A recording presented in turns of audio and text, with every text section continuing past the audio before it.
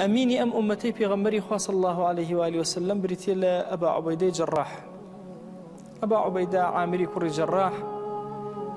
جاري كان أهل يمن هاتبون أنويسك كسي كان باتي في غمري خوا صلى الله عليه وآله وسلم تعليم الدين يان دابا والسنة يان فيركا فرموي وتان كسي كي زور أمين مان فرموي أميني همو أمتك تان أدمي كيجا أبا عبيدة جراح أفرمي أبا عبيدة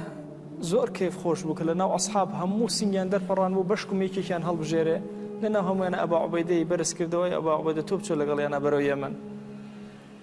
عمري كوري خطاب رجك دانشتب وجوري كي جورا وتي تمنى كان بوهم جورا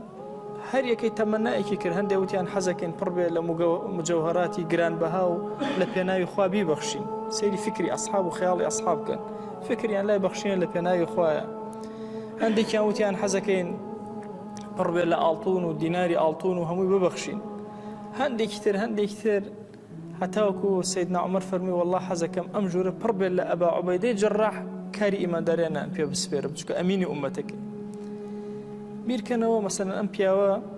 لناو حمصة كاتك جيشي مسلمان ورده تشوبوا لناو حمصة وخراجك زوريان لخلق ورقرتبو باريكي زوريان ورقرتبو